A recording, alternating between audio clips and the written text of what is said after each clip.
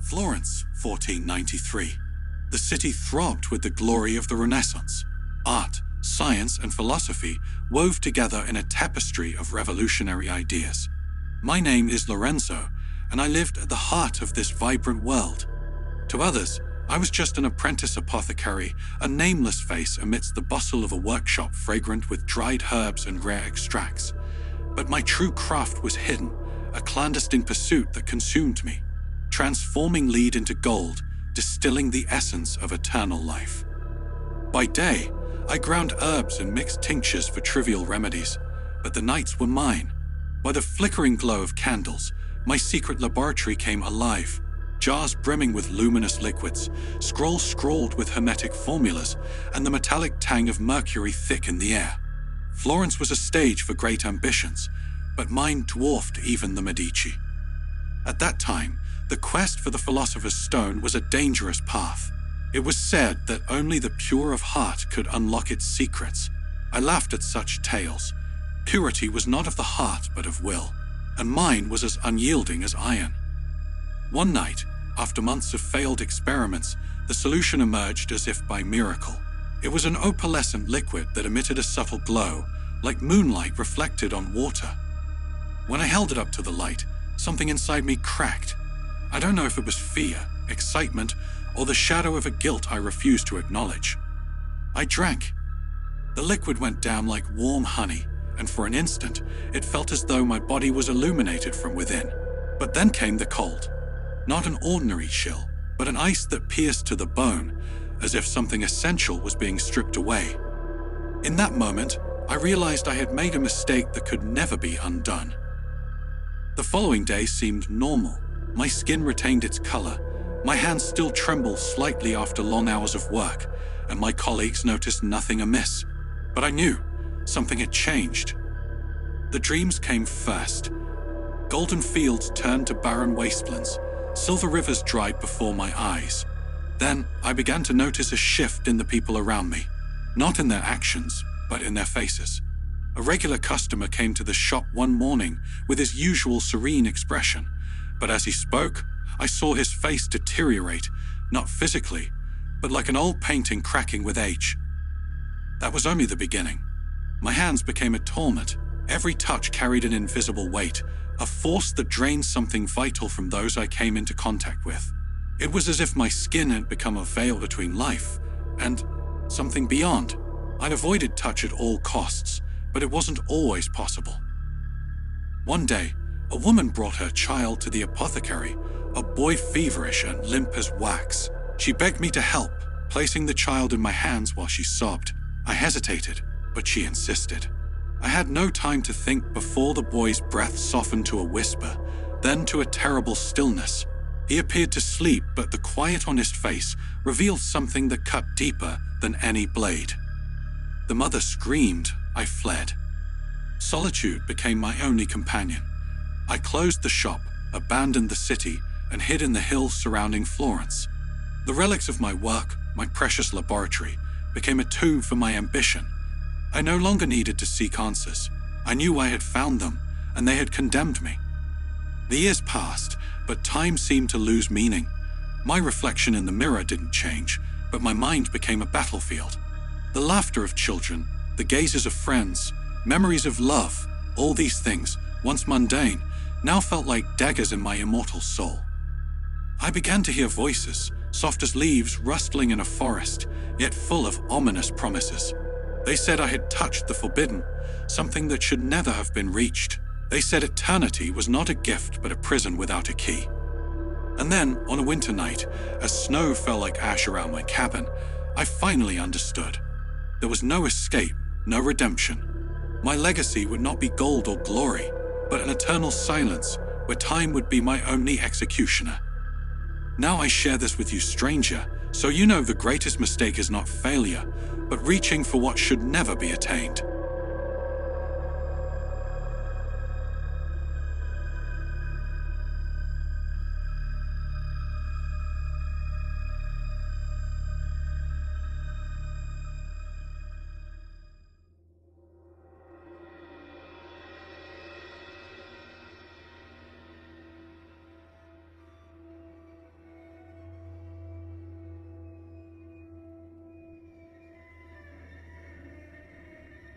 Transylvania Romania, 17th century.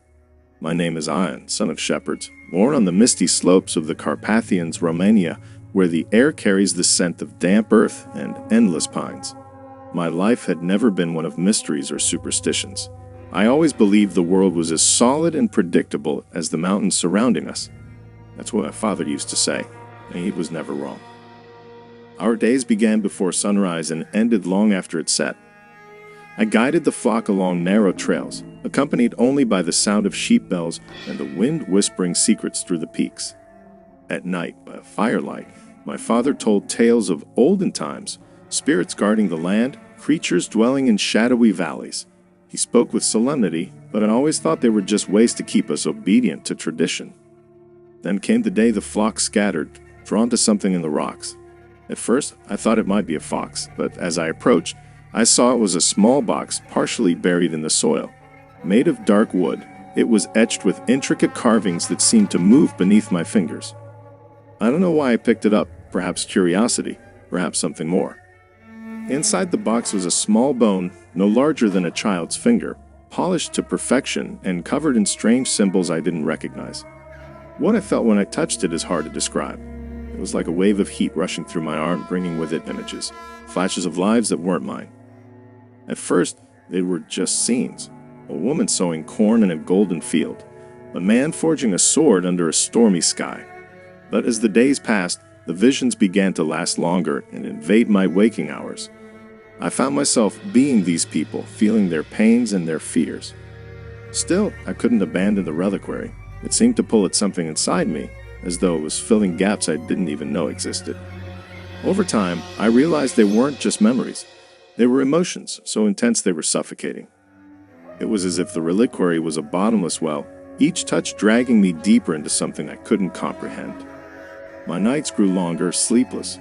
I would wake drenched in sweat, the scent of smoke or blood lingering in my nose, though my room was silent and empty. My reflection in the mirror seemed older, wearier. My father noticed the changes, but never said anything directly. It was as though he knew, as if the box was part of a story I hadn't yet been told. One day, when I touched the reliquary, the vision was different. I was on a battlefield, holding a sword. The sound of screams and the weight of the armor were too real to be dreams.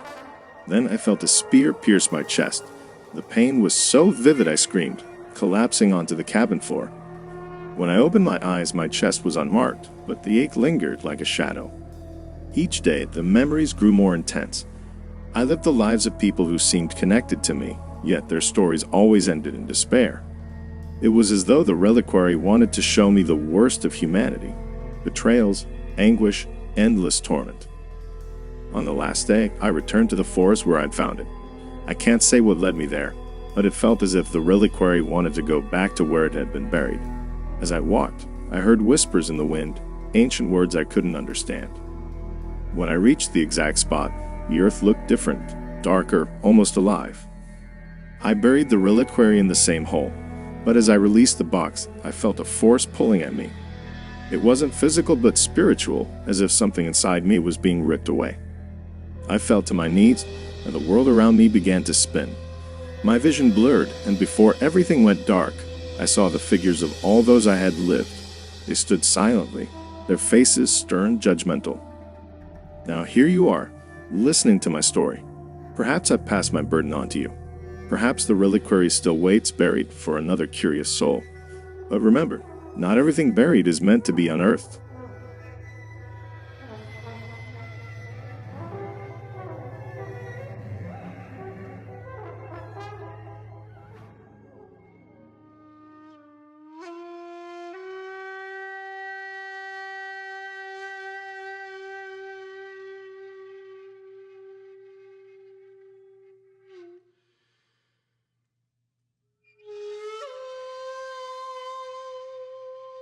My name is Tetuya, or rather, it used to be. No one calls me by that name anymore. There is no one left to call me.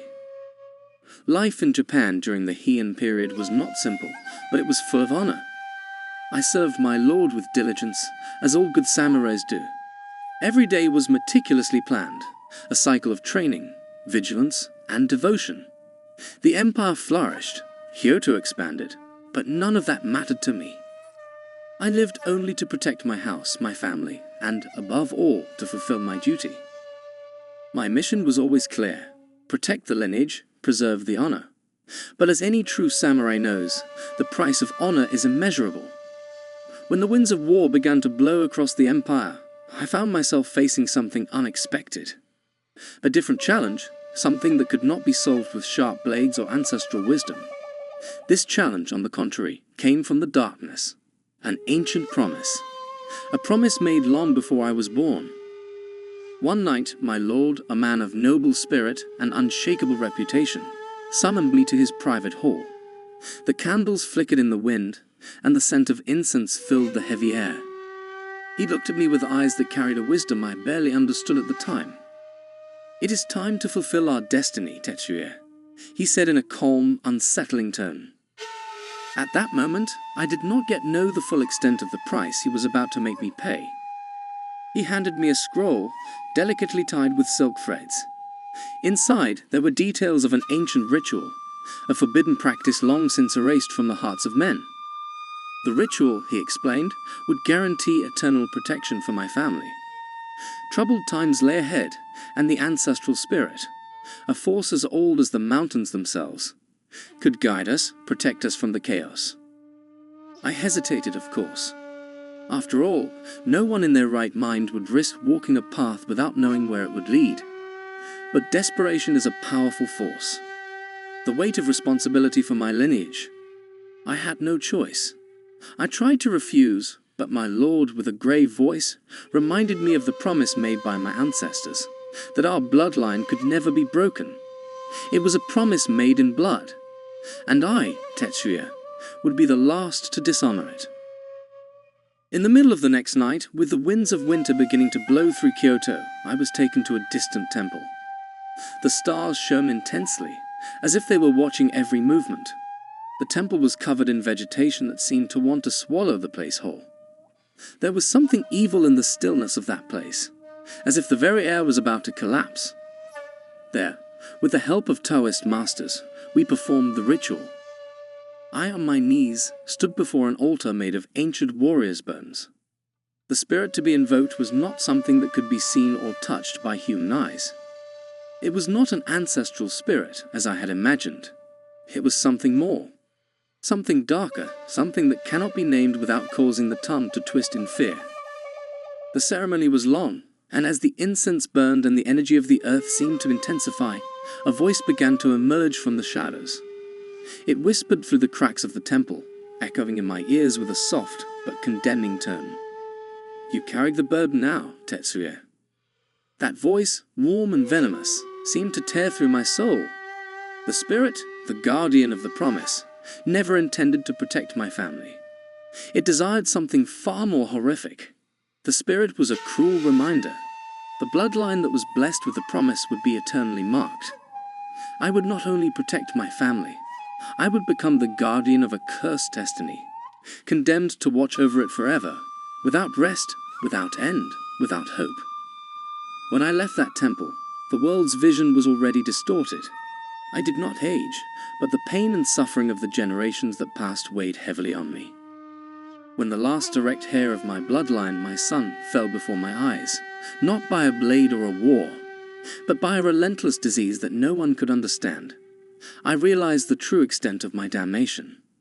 The spirit had deceived me. The promise was never about protecting my family. It was about maintaining a bloodline, one that would no longer exist in direct form, but would continue through the generations. Even after my blood had faded, the bloodline would go on. I was no longer alive, or at least not in the way humans understand. I did not age, but neither could I rest. The weight of the promise consumed me, forced me to walk between worlds without finding relief. Each generation that passed, I watched in silence. There was no peace. There was no escape. And so, while the last of my direct bloodline faded through my fingers, other generations continued to be born. They continued to grow, unaware that they were tied to an ancient curse.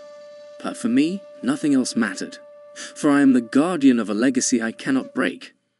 I am nothing but the echo of a promise, The weight that continues to carry a burden that should never have been accepted. Each face that ages before my eyes, each life that is born to succumb to the same fate, is a reminder of my condemnation. I am no longer a man. I am no longer a spectator. I am the burden, the shadow, the curse, and the price of a promise that should never have been made. And when the last generation fades, I will remain here, waiting to see who else will be marked by this bloodline, because the promise never ends.